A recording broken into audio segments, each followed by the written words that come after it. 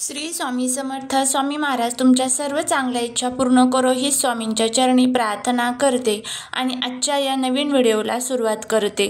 पण त्या अगोदर तुम्ही जर चॅनलवरती नवीन असाल तर सबस्क्राईब करा आणि शेजारील बेल आयकॉनलाही प्रेस करा, म्हणजे माझ्या सर्व नवीन व्हिडिओंचं नोटिफिकेशन तुम्हाला मिळेल आणि तुम्ही एक पण व्हिडिओ मिस करणार नाही. हिंदू पंचांगानुसार वैशाख शुक्ल पक्षाची तृतीया तिथी ही अक्षय तृतीया म्हणून साजरी केली जाते. यंदा अक्षय तृतीया ही 30 एप्रिल 2025 रोजी साजरी केली जाणार आहे. अर्थात या दिवशी कोणतेही शुभ कार्य मुहूर्त न बघता करण्यात येते. शास्त्रानुसार अक्षय तृतीयेच्या दिवशी केलेल्या पुण्यकर्माचे फळ कधीही कमी होत नाही, म्हणूनच या दिवसाचे विशेष महत्त्व आहे. या क्रमाने अक्षय तृतीया तिथी ही कधी चालू होणार आहे त्याबद्दलची आता माहिती घेऊया. आणि त्याचबरोबर अक्षय तृतीयेच्या दिवशी आपल्याला अतिशय प्रभावी असा हा एक उपाय करायचा आहे.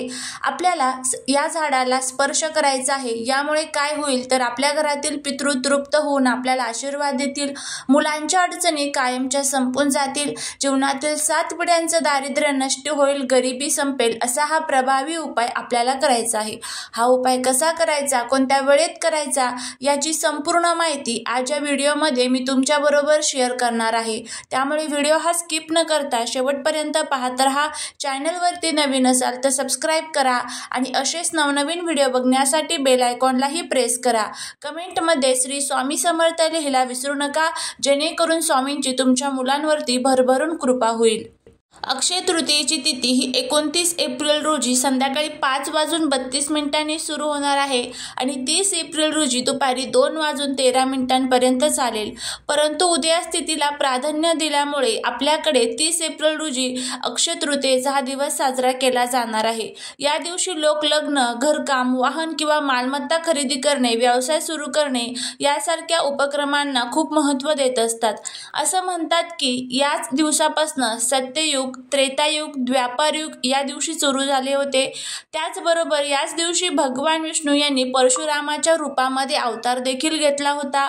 याच दिवशी माता गंगा ही पृथ्वीवरती सर्वात प्रथम अवतरली होती आणि याच दिवशी चारधाम यात्रेची देखील सुरुवात होते. त्यामुळे ह्या तिथीला खूप महत्त्व देण्यात येते. या दिवशी सोने, चांदी खरेदी करण्याची परंपरा वर्षानुवर्ष आपल्याकडे चालत आलेली आहे. या दिवशी खरेदी केलेली वस्तू घरात सुख, समृद्धी आणते आणि संपत्ती वाढवते.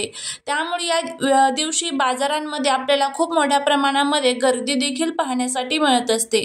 अक्षय तृतीयेला केलेल्या कामाचे फळ कायमस्वरूपी म्हणजेच अक्षय आपल्याला मिळत असते. अशा परिस्थितीत ज्या लोकांनी कोणतेही शुभ कार्य बऱ्याच काळ पुढे ढकललेलं आहे आणि तुम्ही असं वाट बघत आहात की आपण त्या कामाची सुरुवात कधी करावी, तर या अक्षय तृतीयेपासून तुम्ही त्या नवीन कामाची सुरुवात करू शकता. मग तुमचे एखादा व्यापार व्यवसाय चालू करणं असेल किंवा मग नवीन जागा खरेदी करणं असेल, नवीन घर खरेदी करणं असेल, नवीन गाडी खरेदी करणं असेल, अशा अनेक कामांची सुरुवात तुम्ही या दिवशी करू शकता. हा जो मुहूर्त आहे तर तो 3.5 मुहूर्तापैकी एक मुहूर्त मानला जातो. त्यामुळे या दिवशी कोणत्याही शुभ मुहूर्ताची गरज पडत नाही. या दिवशी कोणत्याही वेळेमध्ये तुम्ही नवीन व्यवसायाची किंवा नवीन वस्तूंची खरेदी करू शकता. त्याचबरोबर आपल्याला या दिवशी आपल्या ज्योतिषशास्त्रामध्ये आणि वास्तुशास्त्रामध्ये काही प्रभावी असे उपाय सांगितले जातात. हे उपाय जर आपण केले तर आपल्या जीवनातील सर्व पितृ, वास्तुदोष, नकारात्मकता कायमची संपून जात असते. घरामध्ये आपल्या सतत ज्या काही अडचणी येत असतात बघा, आपण खूप कष्ट करतो, मेहनत करतो, पण त्या कष्टाचं, मेहनतीचं आपल्याला फळ मिळत नसेल, घरामध्ये सतत वाईट शक्तींचा त्रास आपल्याला जाणवत असेल, सतत भांडण, कटकट, वादविवाद होत असेल, घरामध्ये एकोपा, सुख, शांती, समृद्धी टिकत नसेल, आलेला पैसा हा सतत घरामधून खर्च होऊन जात असेल, पैसा हा घरामध्ये टिकत नसेल, एखादा व्यापार व्यवसाय करताय त्यामध्ये तुम्हाला यश मिळत नसेल, तुमच्या जर काही शारीरिक, मानसिक इच्छा असतील त्या तुमच्या इच्छा पूर्ण होत नसेल, काही पितृदोष तुम्हाला असेल आणि तो पितृदोषांमुळे तुमच्या कधीच कोणत्याच कामामध्ये तुम्हाला यश मिळत नसेल, अनेक प्रकारचे दुःख, संकट संकट हे जीवनामध्ये चालूच राहत असतील, अशा अनेक तुमच्या ज्या काही समस्या आहे, धनप्राप्ती, लक्ष्मीप्राप्ती, कर्जमुक्ती होत नसेल, नोकरी मिळत नसेल, प्रमोशन होत नसेल, पगारवाढ होत नसेल, अशा ज्या काही अनेक समस्या आहे, तर त्यासाठी आपल्याला हा अतिशय प्रभावी असा हा एक उपाय जो आहे तर तो करायचा आहे. यामुळे पितृदोषातून तर सुटका होईलच, त्याचबरोबर पैशांच्या ज्या काही अडचणी आहेत तर त्या आपल्या नक्कीच दूर होतील.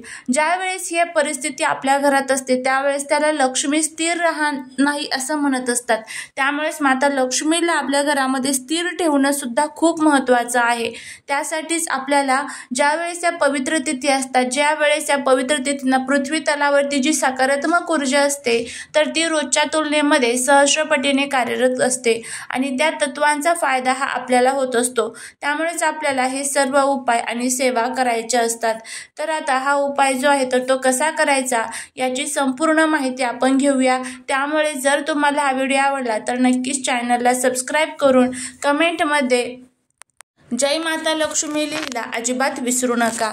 तर तुम्हाला काय करायचं आहे, अक्षय तृतीयेच्या दिवशी सकाळी लवकर उठायचं आहे. ब्रह्ममुहूर्तामध्ये उठून तुम्हाला हा उपाय सकाळी 10 वाजायच्या अगोदर करायचा आहे. आपल्या आजूबाजूला अनेक प्रकारची झाडं झुडपं असतात आणि त्यामध्ये दैवी शक्ती असतात. ज्यावेळेस आपण झाडांची पूजा करतो त्यावेळेस साक्षात त्या दैवी शक्तींचा आशीर्वाद आपल्याला मिळत असतो. तर आंघोळीच्या पाण्यामध्ये थोडेसे काळे तीळ आणि थोडंसं गंगाजल टाकून तुम्हाला आंघोळ करायची आहे. आपली रोजची घरातील देवपूजा करून घ्यायची आहे. त्यानंतर सकाळीच हा उपाय करायचा आहे, कारण त्यावेळेस आपल्या मनामध्ये कोणाबद्दलही वाईट भावना किंवा वाईट विचार हे अजिबात नसतात. त्यानंतर तुम्हाला एक तांब्याभर पाणी घ्यायचं आहे. यामध्ये शुद्ध पिण्याचं पाणी भरायचं आहे. त्यात थोडंसं कच्चं दूध, थोडेसे तुम्हाला तांदूळ आणि थोडेसे काळे तीळ टाकायचे आहे. त्यानंतर एक छान तुपाचा दिवा प्रज्वलित करून घ्यायचा आहे आणि गंध, फुलं, अक्षता, धूप, दीप, अगरबत्ती नैवेद्य घेऊन तुम्हाला तुमच्या आजूबाजूला जिथे कुठे पिंपळाचं झाड असेल म्हणजेच पिंपळ वृक्ष असेल तिथे जायचं आहे. पिंपळाचं झाड हे आपल्या पूर्वजांसाठी समर्पित असतं. पिंपळाच्या झाडामध्ये साक्षात भगवान विष्णू आणि माता लक्ष्मी स्वतः निवास करत असतात आणि जे एखादी पूर्वजांची तिथी असते त्या तिथीला जर आपण आपल्या पूर्वजांसाठी आपल्या घरातील माता लक्ष्मीला स्थिर ठेवण्यासाठी उपाय केले तर त्याचा खूप चांगला फायदा होतो. त्यानंतर तुम्हाला त्या झाडाच्या मुळापाशी जे पाणी आपण आणलेलं आहे तर ते अर्पण करायचं आहे. एक लाल कलरचा कलावा घ्यायचा आहे आणि 7 वेळेस तुम्हाला त्या झाडाला प्रदक्षिणा मारत मारत तुम्हाला तो कलावा गुंडाळायचा आहे. जो दिवा आपण आणलेला होता तर तोही तिथे अर्पण करायचा आहे. गंध, फुल, अक्षता अर्पण करायचे आहे आणि तुमच्या मनातील जी काही इच्छा असेल तर ती इच्छा तुम्हाला त्या झाडाला स्पर्श करून तुम्हाला सांगायची आहे. मग ती तुमची धनप्राप्ती, कर्जमुक्ती, नोकरी संबंधीची असेल त्या झाडाखाली बसून तुम्हाला ओम नमो भगवते वासुदेवाय नमः या मंत्राचा 108 वेळेस जप करायचा आहे आणि त्यानंतर तुम्हाला घरी यायचं आहे. हा उपाय तुम्हाला करायचा आहे. अगदी साधा सोपा उपाय आहे. हा उपाय जर तुम्ही केला, पितृदोष, वास्तुदोष, ग्रहदोष, नकारात्मकता, शत्रुपीडा, शत्रुबाधा, त्याचबरोबर घरामध्ये लक्ष्मी स्थिर राहत नसेल, पैशांच्या अडचणी येत असेल तर त्या सर्व अडचणी तुमच्या दूर होतील. अगदी साधा सोपा उपाय आहे. पिंपळाच्या झाडामध्ये खूप मोठ्या प्रमाणामध्ये दैवी शक्ती असते आणि त्याचा नक्कीच आपल्याला फायदा हा होत असतो. करून बघा, फायदा होईल. झालेली सेवा ही महाराजांच्या चरणी रुजू करते. व्हिडिओ जर आवडला असेल तर लाईक, शेअर आणि सबस्क्राईब करा. श्री स्वामी समर्थ.